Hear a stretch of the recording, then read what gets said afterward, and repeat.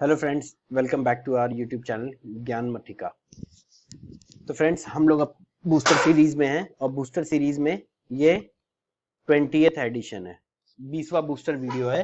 अगर आपने पीछे के वीडियोस नहीं देखे हैं तो प्लीज जाकर के उन्हें देख लीजिएगा। लिंक डिस्क्रिप्शन में दे रखा है पहले टेंसेस के लेक्चर का, और उसी के आगे से बूस्टर सीरीज शुरू हो जाती है।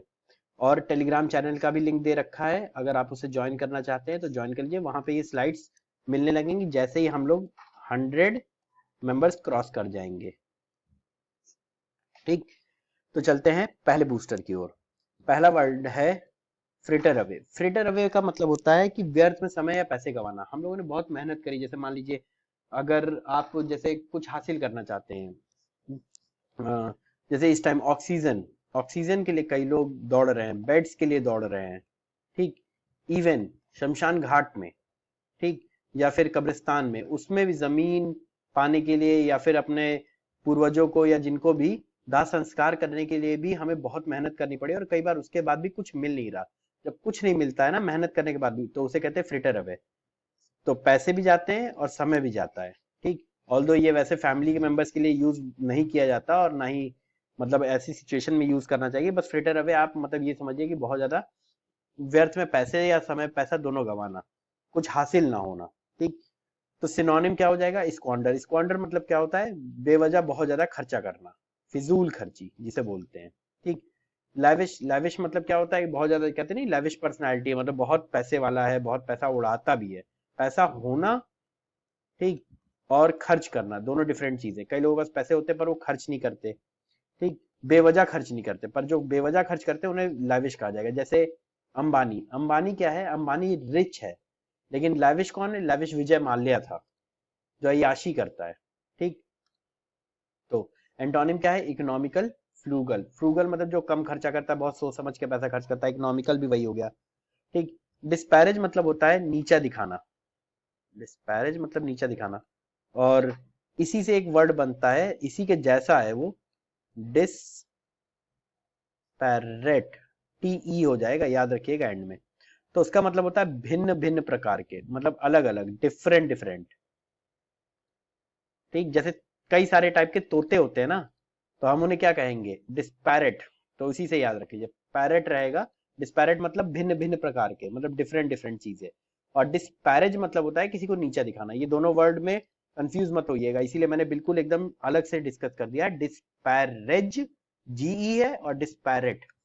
ठीक, डिस्पैरेट मतलब क्या होता है? भिन्न भिन्न प्रकार के, और डिस्पैरेज मतलब क्या होता है? किसी को नीचा दिखाना। इसका सिनोनिम क्या होगा? लोअर। बिलिटिल। बिलिटिल बहुत ज्यादा कॉमन वर्ड है, यूज किया जाता है नीचा दिखाने के लिए, कि डोंट बिलिटिल मी, मतलब मुझे नीचा मत दिखाओ। फिर antonym admire, respect. Contraption. Contraption मतलब होता है कलपुर्जे, किसी चीज के सामान, जैसे कार के, बाइक के, या फिर कूलर के, या फिर किसी भी एसी के, किसी भी चीज का ले लीजिए, उसके पार्ट्स होते हैं ना, ये मैकेनिकल चीजों के लिए जनरली होता है। इसका क्या हो जाएगा? इसको हम लोग क्या बोलते हैं? कॉन्ट्रैप्शन। ठीक है। सिनोनिम क्या हो जाएगा? apparatus tool. अब ये किसी चीज का नाम है तो ऑब्वियस सी बात है, उसका एंटोनिम तो नहीं होगा। ठीक, फिर कॉन्स्टर्नेशन। कॉन्स्टर्नेशन मतलब होता है फियर, डर। कभी कभी आप आश्चर्य भी करते हैं, पर आश्चर्य के साथ भी थोड़ा सा डर रहेगा, तो इसमें फियर जरूर रहेगा, फियर का एलिमेंट जरूर होगा।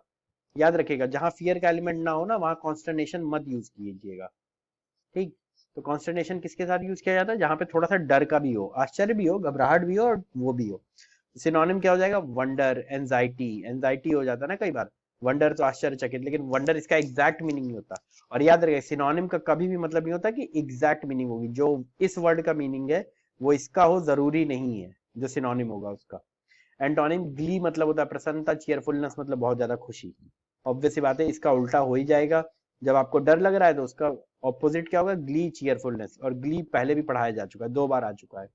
सेलेरिटी, इसके लिए वर्ड तत्परता, कि एकदम मतलब बहुत ही चरफर आदमी है, एकदम मतलब तैयार है, क्विक, बहुत ही तेज। वो तेज तर्रार जिसे बोलते हैं, कि ये बहुत तेज तर्रार आदमी है। तो सेलेरिटी उसी के लिए यूज किया जाता है। एलैक्रिटी, ठीक, हेस्ट। एलैक्रिटी का सेम मीनिंग होता है, देखिए दोनों एक जैसे वर्ड नहीं लगते? सेलेरिटी, एलैक्रिटी, दोनों एक जैसे। ठीक, हेस्ट मतलब जल्दबाजी, जो तुरंत एकदम चट से काम करने वाला। Antonym delay, slowness. ठीक, तो ये पहला बूस्टर खत्म हुआ, चलते हैं दूसरे बूस्टर की ओर। Idioms and phrases. पहला जो है वो है डक इन अ थंडरस्टॉर्म। अब ऑब्वियस सी बात है, बतख अगर आंधी तूफान में फंस जाएगा तो उसको दिक्कत तो होगी, तो इन अ पेनफुल कंडीशन। फिर ईगल आई, ईगल आई तेज नजर वाला। वो जानते हैं बाज की आंखें कितनी तेज होती हैं, आसमान में कितने ऊपर उड़ रहा होता है वो, लेकिन जमीन पे छोटे से छोटे चूहे को भी देख सकता है वो।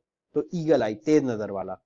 ईट हम्बल पाई, ईट हम्बल पाई मतलब शर्मिंदगी झेलना। इसमें मतलब क्या होता है, जैसे आपने बीजेपी ने, BJP ate humble pie in Bengal polls. ठीक, क्योंकि वहां पे सब जाकर के बहुत बड़ी बड़ी बातें करने लगे थे कि हम जीतेंगे, 60 सीट नहीं आएगी टीएमसी की, ये वो, लेकिन बाद में क्या हुआ, अपनी ही बातें पूरी नहीं हुई। तो इसके लिए क्या बोलेंगे हम लोग, ईट हम्बल पाई। ठीक, तो यहाँ पे इस तरीके से ये यूज किया जाता है। तो ये एक एग्जांपल हुआ। ईट्स वन वर्ड्स मतलब देखिए ये एक ही जैसी बात है, इसके लिए भी वही होगा। BJP at his own words, ठीक, इन बंगाल इलेक्शंस। तो शब्द अपने वापस लेना। जैसे अगर याद हो आपको, मनोज तिवारी ने बोला था कि टीएमसी की 60 सीट भी नहीं आएंगी, 60 सीट्स भी नहीं आएंगी। ठीक, तो इसे क्या हो गया कि बाद में वो, उनकी खुद की हालत बहुत बुरी है और जीत गई ममता बनर्जी। तो उसकी वजह से क्या हुआ, टीएमसी की जीत। तो ईट वंस वर्ड, अपने ही शब्द वापस लेने पड़े। एल्बो रूम, एल्बो रूम मतलब थोड़ा सा जगह लेकर के काम करना। जैसे कि हम लोग सीट पे बैठते हैं ना, तो कई बार अकड़ जाते हैं कि ये हाथ फैलाने की जगह नहीं रहती। अब एल्बो रूम लेना मतलब काम करने की स्वतंत्रता, आराम से आपके पास जगह है। ठीक, तो ये चीज हो गई। फिर जाकर के one word substitution, course. Course मतलब क्या होता है, मजबूर करना, किसी को जबरदस्ती फोर्स करना। तो इसके लिए क्या वर्ड है, कोर्शन, इसी से बना है। कोर्शन मतलब ताकत से किसी से कोई काम करवाना, जबरदस्ती करवा के। कोर्शन मतलब क्या होता है, बाय फोर्स, बाय फोर्स किसी से कोई काम करवाना। तो उसके लिए वर्ड यूज करेंगे कोर्शन, और कोर्स भी वही मतलब हुआ। ठीक, बस याद रखिएगा कई बार ये वर्ड्स को यूज अलग अलग तरीके से किया जाता है। कोई नाउन है, कोई एडजेक्टिव है, कोई प्रोनाउन है, इस तरीके से वर्ड्स डिफरेंट होते हैं, तो उन सबको ध्यान दीजिएगा। ठीक है, कभी एडवर्ब होगा, कभी नाउन होगा, कभी वर्ब होगा, कभी ये होगा आपका क्या कहते हैं एडजेक्टिव होगा। तो इन चारों में डिफरेंस करना सीखना होगा, पर वो आगे के लेक्चर्स के लिए, अभी नहीं। कॉग्नेट मतलब क्या होगा, having the same source of origin, एक ही जगह से जो उत्पन्न होता है उसे कॉग्नेट कहते हैं। ठीक है, फिर जाकर के कलीग्स, कलीग्स मतलब क्या हुआ, जो एक ही वो डिपार्टमेंट में काम कर रहे हैं या एक साथ काम कर रहे हैं, कई बार उन लोगों को कलीग्स बोला जाता है। जैसे कि मान लीजिए आप भी इनकम टैक्स ऑफिसर बनेंगे और आपका साथी भी कोई इनकम टैक्स ऑफिसर है, जहाँ पे उस जहाँ पे आप गए काम करने, वहां आपकी दोस्ती हो गई किसी से, वो भी इनकम टैक्स डिपार्टमेंट में काम करता है, तो आप दोनों क्या कहलाएंगे, कलीग्स कहलाएंगे। ठीक, तो इसके लिए वर्ड क्या है, कलीग्स।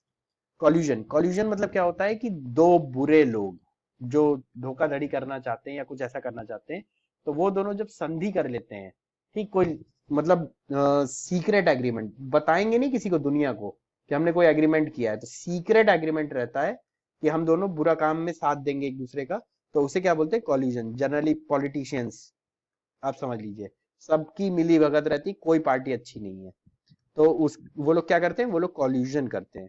कॉन्फ्लैग्रेशन, कॉन्फ्लैग्रेशन मतलब बहुत ही ज्यादा आग, इसके लिए एक और वर्ड होता है इनफर्नो, इनफर्नो, ये एफ है। ठीक, क्लियरली लिख देता हूं मैं, इनफर्नो। ठीक, इन्फर्नो मतलब क्या होता है, इसका मतलब होता है बहुत भयंकर, यही खूब आग लग जाना, जिससे बहुत ज्यादा नुकसान हो, तो इसे भी बोलते हैं हम लोग कॉन्फ्लैग्रेशन या फिर इन्फर्नो, दोनों वर्ड होते हैं इसके लिए।